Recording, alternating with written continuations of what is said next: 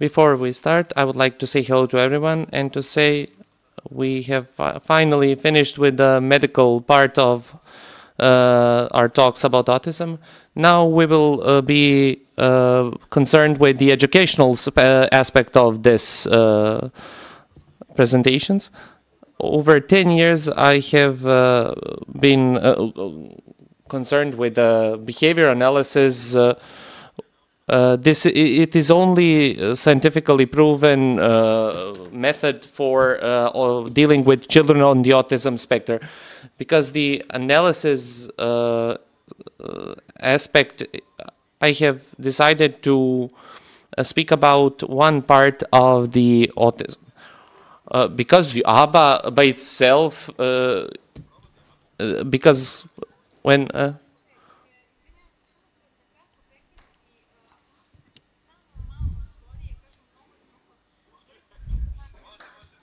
oh, all right.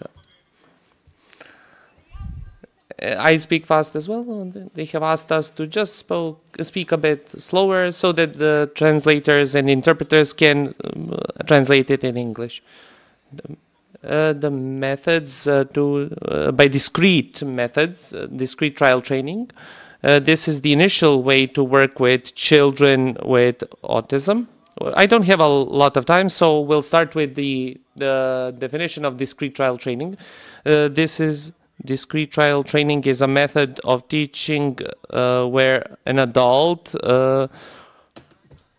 to enforce their stronger sides and to teach new aspects.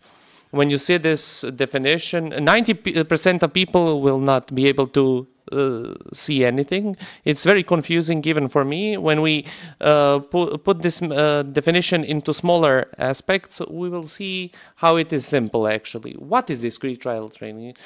Breaking down competencies into smaller aspects.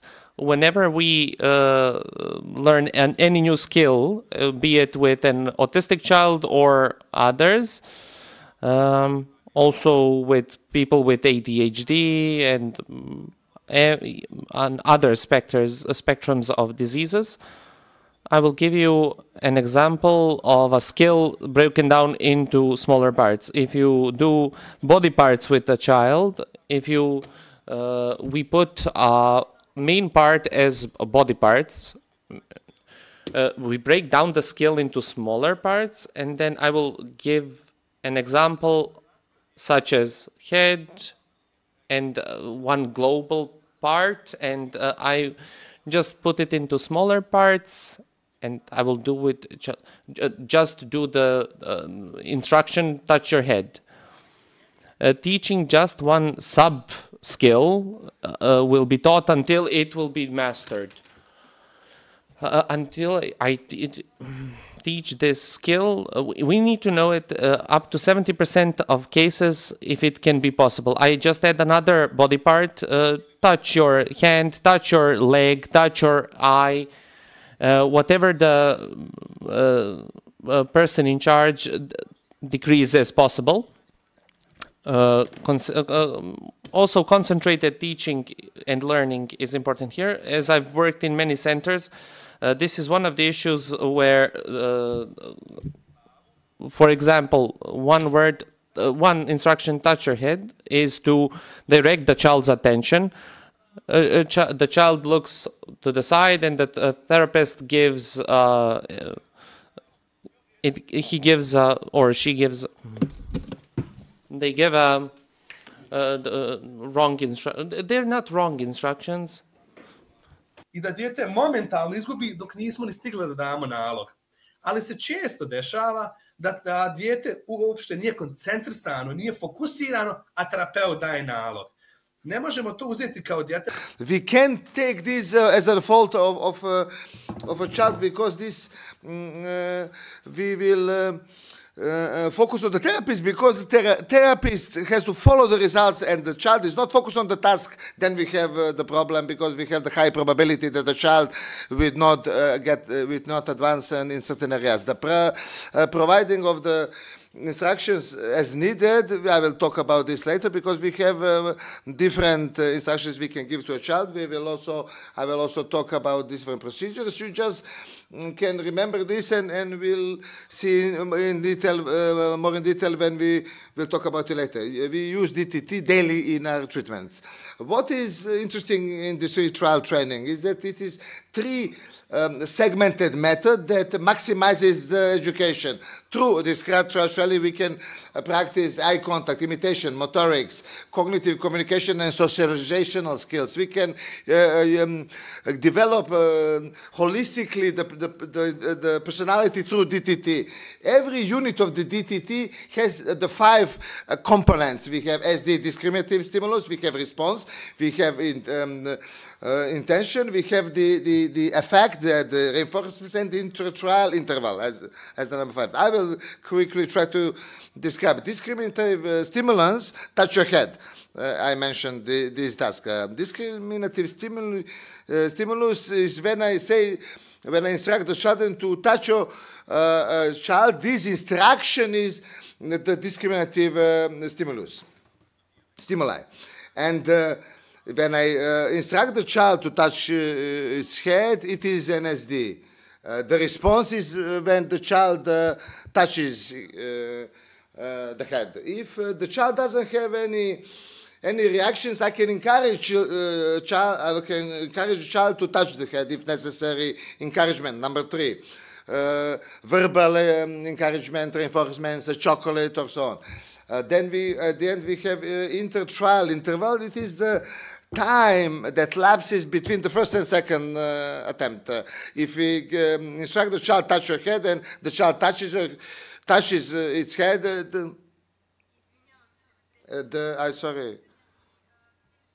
I have a large number of questions. Your subject is very interesting. I just, in order to follow and to help the interpreters to do their job, please be slower. A lot of people are listening globally, and a lot of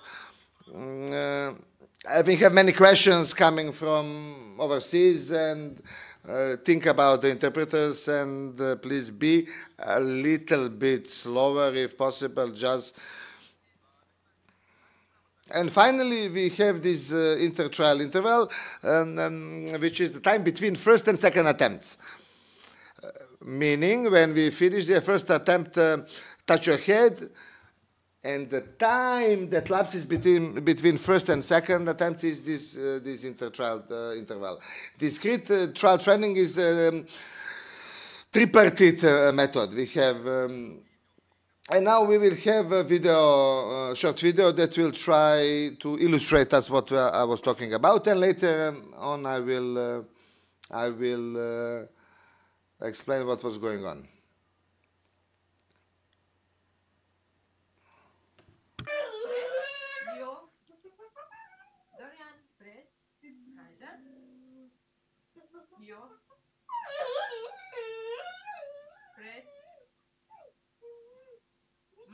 Dorian, vendo se.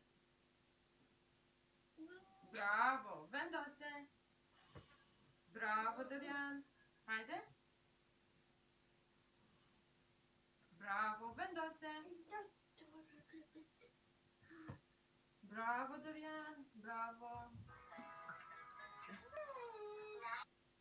Evo odmah jedan praktičan. And now here we see the practical example, and we are seeing here a home visit in Albania. I am also supervising one Pristina clinic.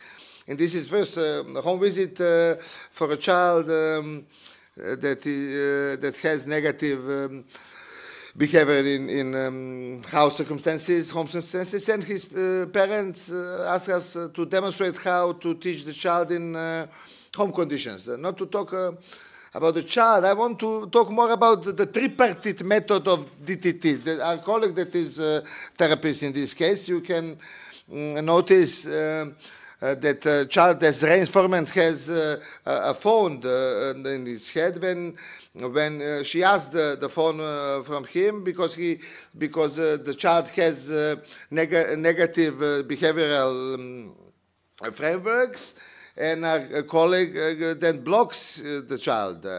When the child stops with the negative forms of behaviors, she directed the child's behavior toward the task. As she says, when those put it, match it, and the child matches three pairs of socks. The child is reinforced.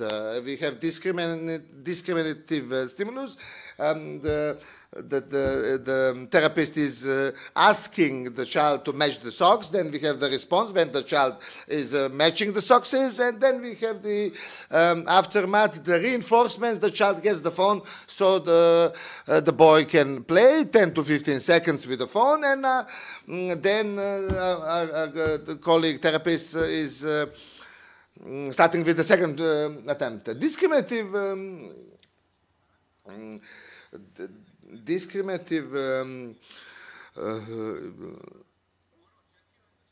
stimulus is a stimulus that signalizes what response would be reinforced. In this case, with the phone, SD can be an object, a toy.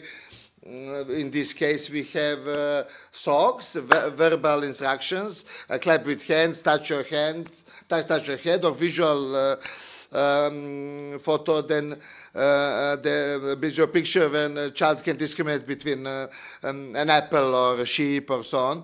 In the toilet, sometimes you have visual instructions how to wash the hands and so on.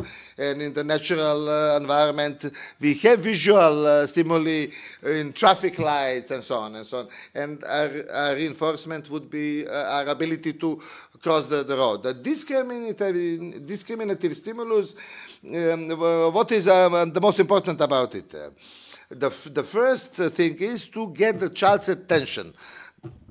And what I was talking at the beginning, if you have the strong reinforcer, you will be able to get the child's attention then without a reinforcement. In the practice, when you are treating the child with ICD disorders, it is very hard to find an object to grab their attention and what the child desires the most. Then you can develop different strategies.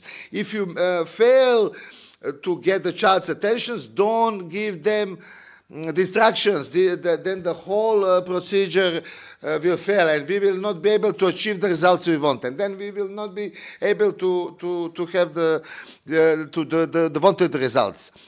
What is very important when you are doing DTT?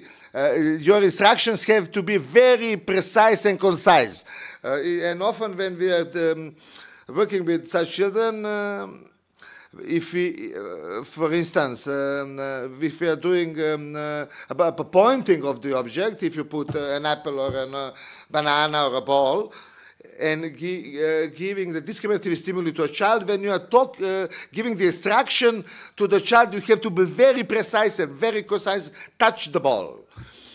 If I am telling him touch the ball, the other therapist cannot use the expression, Bojan, show me where the ball is, pass me the ball. The discriminative stimuli has to be unified. As the child is advancing, we are adopting the stimuli.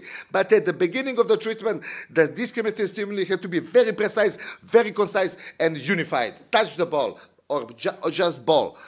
And child needs to touch the ball. If you use too many words, for instance, Bojan, can you pass me the ball, show me where the ball is hidden, it is very complex and very complicated for the children that are at the beginning of the DTT treatment. Why? Because most of the individuals at autistic spectrum have auditive processing problems. The stimuli, the expressions needs to be very precise and very unified. All therapists have to adopt the same verbal expression, touch the ball. When the child adopts more than 50 objects, then we can expand our verbal directions, show me the ball, pass me the ball, and so on, in order to avoid the confusion of the child and the stagnation of the process of the therapy. I often have been finding in my practice when I was working with the children that often when I was instructing the children touch the ball, it is too much for some children. And sometimes I'm using the expression only ball, banana. apple, and that is pointing me out that this is the right stimuli. I'm often using the instruction touch, but I notice that children are responding more to the instructions give me, show me, point out. But if you started with the child touch the ball and you see after a period of time, try to change your verbal instructions, because I notice often when I'm treating such children, the most of children have experiences with their parents with verbal instructions, give me the object, give me, and they're fastly adapting and improving their therapeutic sessions. And I automatically am adopting myself and correcting the program and starting with give me. If it doesn't work with give me, then with another. I'm expanding, be flexible. Every verbal instruction needs to be presented with a calm voice. And I was listening to parents and many experts that are thinking that the child has attention only, that the child have attention only where the parents are yelling. And I'm asking the parents, do you want your children to be responsive only on the yelling and loud voice? Do you believe this is appropriate behavior? Maybe sometimes you need to yell when a child starts to run to the road and it's a possible accident coming, and then you have to yell. But when you are doing the program in the home, applying behavioral patterns, don't yell at the child. Why? Teach the child that we have an authority without yelling. This child is no different than other children. We just need to find ways and talk to children calm, silently, and get the reactions. In general, in practice, I can teach children to react on whispers. But the point is to teach the children to follow the instructions with the tone, and that is normal for normal communication in daily conversations.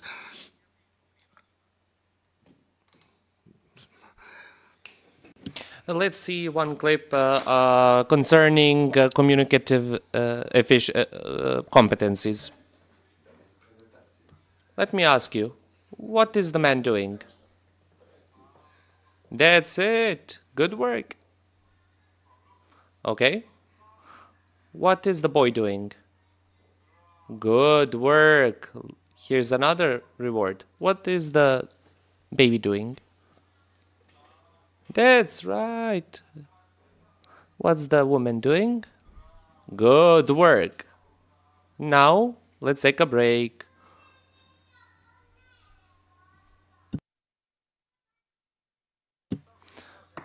This is just one example of how we develop communication and communication skills with children, because many parents when they come to the seances or to treatments, there is just an example how we develop communicative skills. And when we develop different strategies, 3 strategies, we implement them in our work to improve communication skills with children.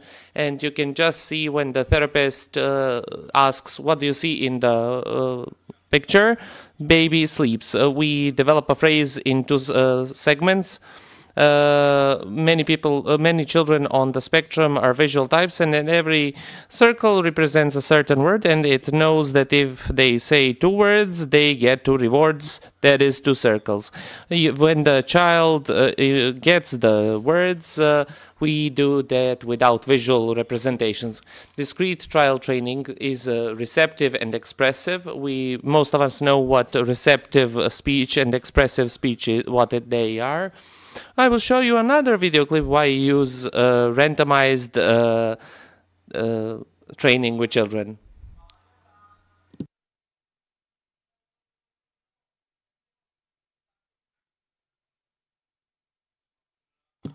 Good work. Where ducks? Yes, good. Where coloring pencils? Yes, that's it. What's this? A t-shirt? Where is the bird? Good work. What's this? A watch. Who is this? A dog. Who is smelling? Yes. What is this? A horse. Good work. What is this? Yes. Where's the pajama? Yes. Good work. Let's take a break. Now I would like to show you another randomized way of experiments with children to do auditory experiments with children. This often happens with children with ASD. When you do one task, it becomes a part of a pattern, and sometimes children can simply know in advance what you will going to ask them. When we do one task, we do it around 5 to 10 minutes, and the child knows what we're going to ask him and in which sequence. We don't do that by on purpose. We enter the pattern subconsciously. The child always asks in the same sequence, and when we mix the cards, the children know that we're gonna mix them in a certain pattern, but we as therapists are completely unaware of this. I'm always surprised when the child notices that, and I think the child already notices, and it's only my pattern actually.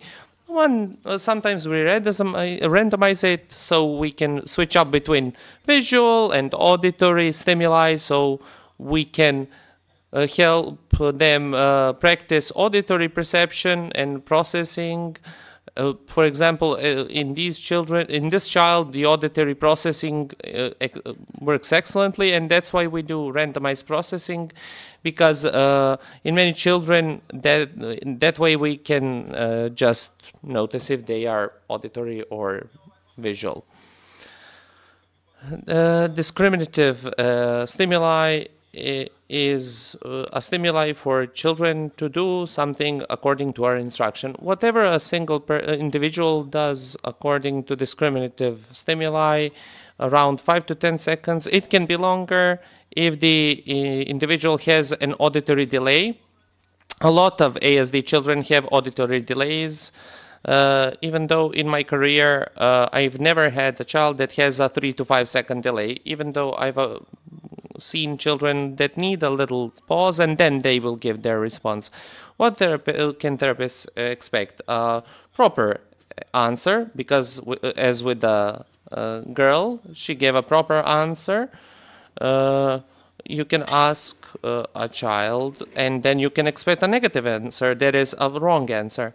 Or you can expect a third, like a child that will not give an answer, it will be silent. And let's look another video to see and analyze it. Good work. You want Kiki? Touch your eye. Eye. Good work. Another. Again. Yes, that's where the eye is. Touch eye. Yes, good work, Andrei. Kiki. Good work. Through this video, we can go track back. I tried to establish concentrated learning. When I gave him Discrete, I stimulated that response, and I gave him another try. At a new try, the child again gave the wrong answer. I again didn't give a reward for that kind of answer. I only awarded the last try because I wanted to stimulate proper answers in the future. As soon as the child enters the treatment, you only reward positive answers, like I gave the child for touching the eye. The stimuli given at the beginning gave us certain areas of stimuli. Prompt or stimuli is help given to an individual because we want to stimulate certain answers, proper answers. Stimulating gives a proper connection between SDs and a proper answer. When I gave him an SD, such as touch your eye, I gave him a physical connection between touching an eye and actually touching the eye. Stimulating actually accelerates the process of learning because it prevents the start of any mistakes, and they decrease frustration. At the video you saw a child that was actually functional. It actually gravitates towards the highly functional child. We also have very low functional children with lower capacities, and we need much more stimuli for them. If we don't enable any stimuli for those children, we can get negative behavioral patterns because the child is motivated by some rewards, and if you give him instructions many times, there is no amplification, there is no stimuli, because he's not giving you a proper answer. And there you can start creating aggressive behaviors or an adverse effect towards learning because he doesn't get any reinforcement for what he's doing. When should we give rewards? Whenever working with children, we see if children will be able to give the proper answer at all. In 90% of cases, it's not the case. Maybe parents taught him, maybe somebody else taught him, so we see if it can give us that answer. If the child doesn't have any reaction, we put a minus. We just start with the stimuli, with reward. We take the child's hand and touch the head. If the child again starts wrongly, we again start with the reward.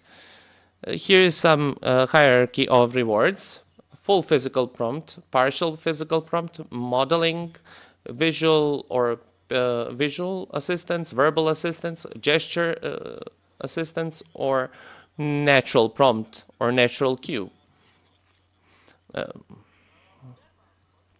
Verbal incentive. Verbal incentive is given only when they learn verbal instruction, when we expect children to speak. In practice, with the Americans who have started ABA, and we start with lower incentives to higher incentives. I start from the higher incentives and go towards the why, because we need to know with children from the ASD, according to literature, we should work 20 to 40 hours per week. No country would do that, or any parent cannot finance that, because generally parents finance that if they want private seances. And I start off, if I have a smaller amount of time, I give higher incentives. If you start with the full physical incentive, don't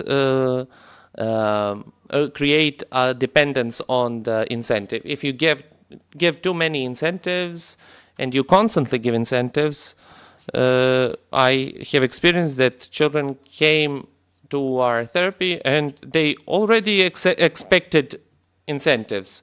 They wanted a prompt to clap the hands. The therapist gave too many incentives, and the therapist created a dependence on those incentives. Tap the table and it leaves a hand above the table and it just touches the table. If we don't know how to use the incentives, it's better to be careful.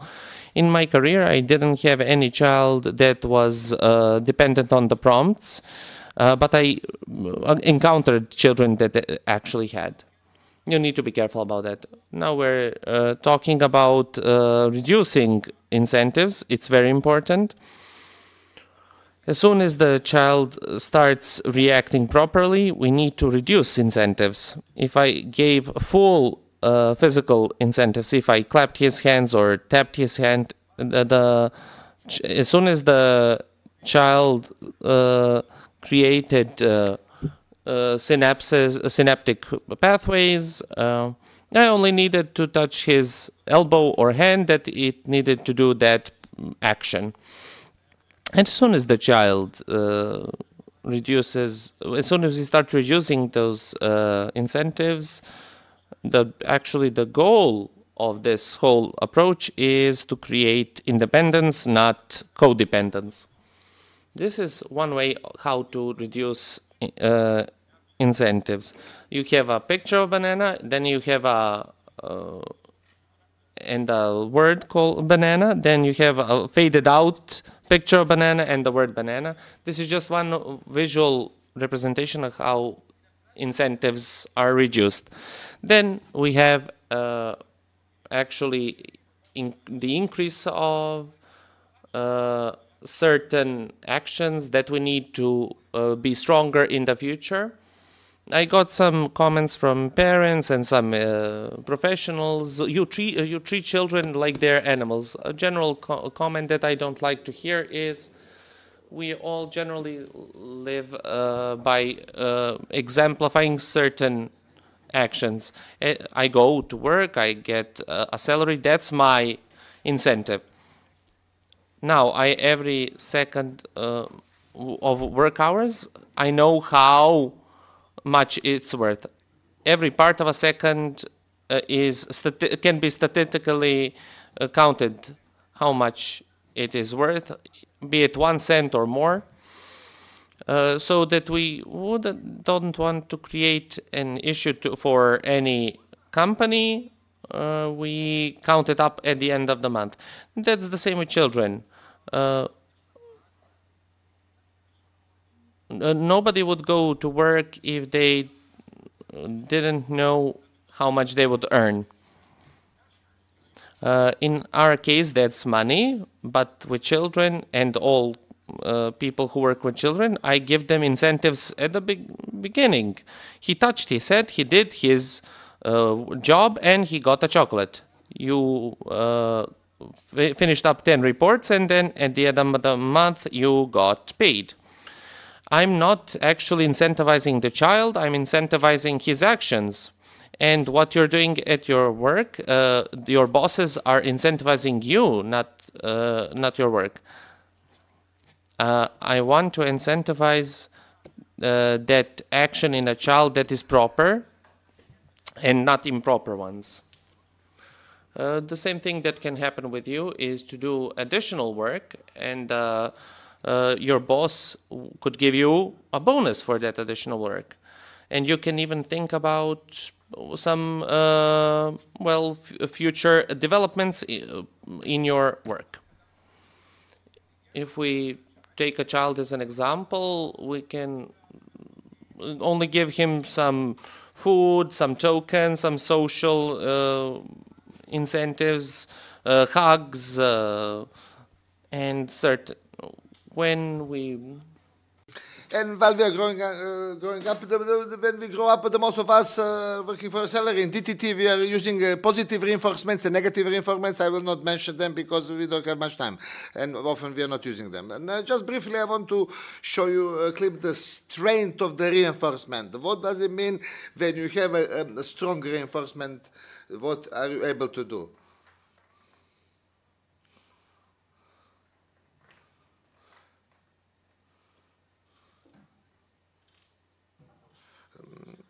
I will play it again because it is short, and then we will analyze it.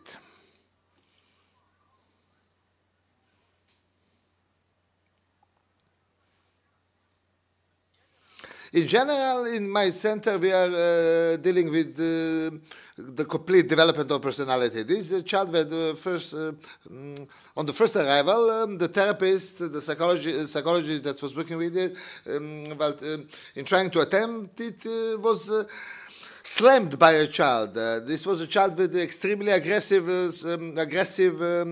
patterns of behaviors. And in the end of the day, the parents, when they come, when the parents came, please can you do a haircut for her? The child has a great traumas with hairdressers. We can do it, but we can't do it as good as the hairdresser. but we managed to find a way to use the strength of the reinforcement. In this particular instance, potato chips, that we are reinforcing the child, but only during the instances of cutting the child's hair. The child doesn't understand the concept of numbering, but because the situation was repetitive during the preparations for the haircut, the child learned that when she heard 0, then we will cut a portion of her hair, and you could see the tension, but we are reinforcing her with the potato chips. And we needed 3 months for her to play with the scissors, then to show the scissors for 3 months to the child before we were able to do the child's hair, to do the haircut for the child. Then I was mentioning what kinds of reinforcers we have. Here we have a graph of DTT. Just to explain what is going on, you have discriminative stimulus. We are expecting correct response. If we are having correct response, we are doing the reinforcement. And if we don't get the correct response, then we are not applying the reinforcement, and we are starting with the prompted trial. What is the main criteria for the adoption of the skill? DTT is one-on-one therapeutic sessions, or two-to-one therapeutic sessions. If we have time, I can play 2 more videos that are very good, because we have this situation when we have 2 therapists and 1 child, and this is one-on-one. This is perfect. This is when you are watching the videos, you can think that it is a nice job, but when we have 2 versus 1, and we have a child with extremely negative patterns of behavior, then the 2 therapists are needed to engage this child. These videos are showing the children that are under treatment for more than a year, 2 years, 3 years. But I will now show you a video that is is portraying the child that just arrived for the treatment.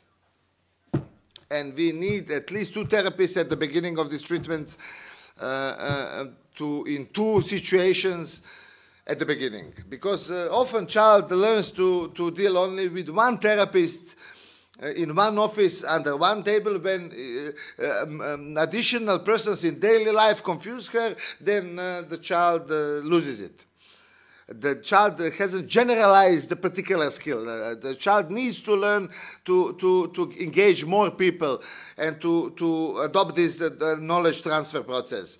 Not only to engage 1 parent, 1 therapist. The knowledge needs to be applied to any individual in the world. And when a person asks you, what is your name, you need to know how to answer correctly. Now, often we have 2 days in a row with 2 therapists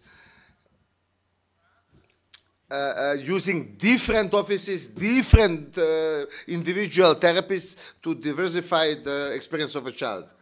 Discrete trial training is learning in natural surrounding. The involvement of the parent is crucial. In centers I am leading. I have 3 centers that I'm supervising.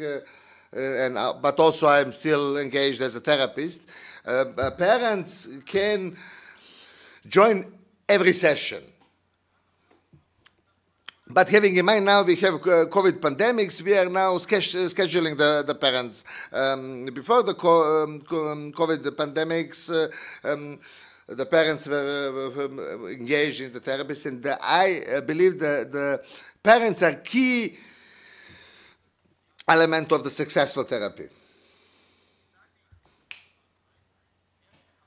And the final slide is if you want to how to properly conduct a DTT. Here is the integrity of the treatment, what you need to encompass so that you would know that the DTT is proper.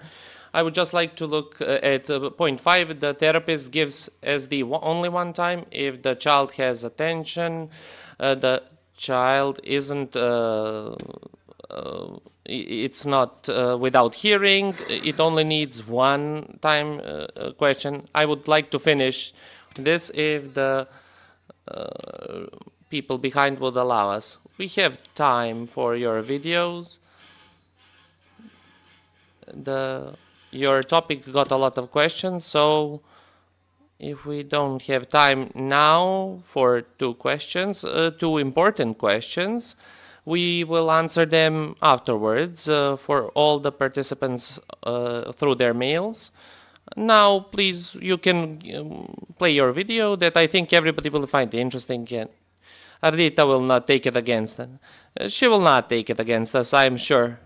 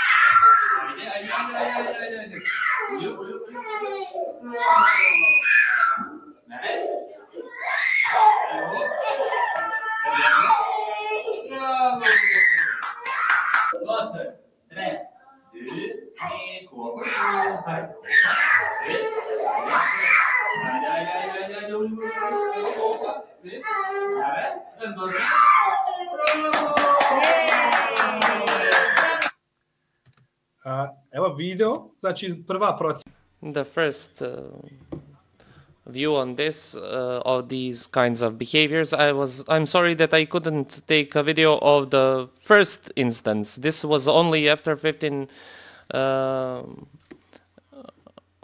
These are all negative aspects of behavior. Two therapists are conducting this. I was just an assisting therapist. One short clip, just only 7 days of work. The same boy, the same therapist, after 7 days of work, which results were achieved, and if you know how to properly utilize DTT training.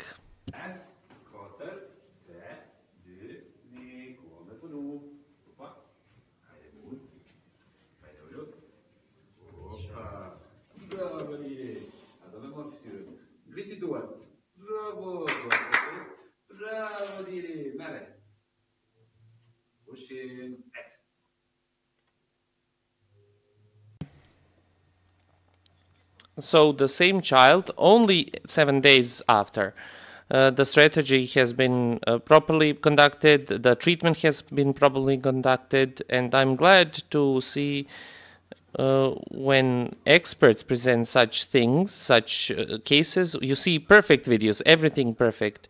And by the end, we reached this moment when you see that not everything is perfect. When you have so many problems and everything, what you encounter when you get such perfect children, and when they reach this point, you see them like this. I'm finished as far as I'm concerned. Now I can answer some questions.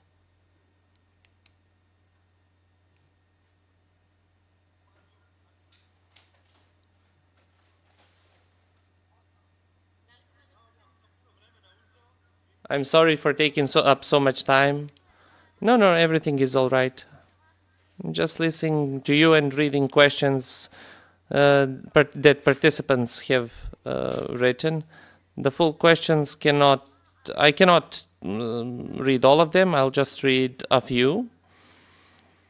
Ardita is with you, as I've understood. Yeah, she's here. She'll be on shortly, because from the background they have been calling her but couldn't reach her.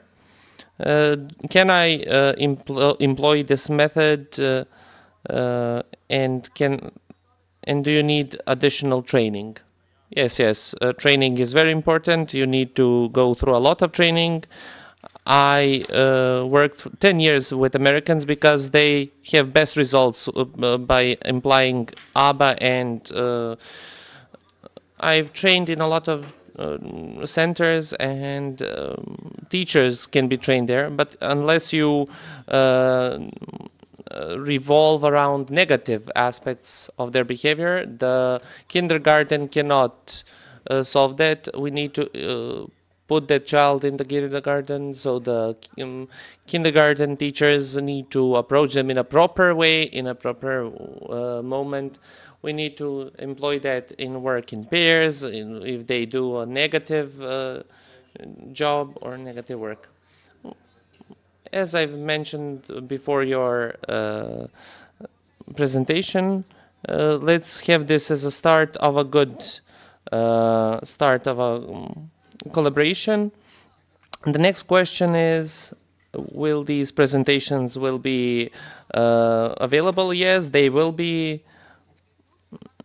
From yesterday and from today, anybody can see them and download them on our site, so they can.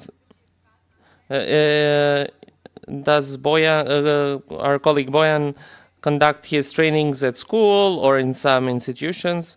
So this gives an opportunity to conduct some educations in the future. Yes, I've done some educations, saved the children in Macedonia, on Kosovo.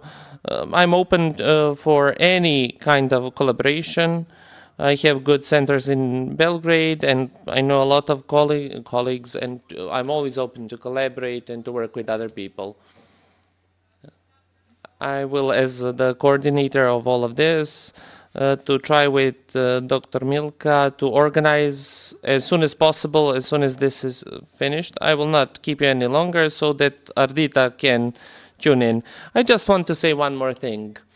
When you do trainings with me, I don't do theoretical trainings, I do practical trainings. I sit with a child, I do with the child, you work with the child. Give me the worst child possible. You will see in a week change in their behavior from worst child to best child. They see drastic improvements just in a week. All of those experiences, as I mentioned with Nevena, and I mentioned other people, to make a conciliar approach to these so that we can see some results and to enable better lives for children on the spectrum. We haven't had the opportunity and the time to talk about these things with parents or with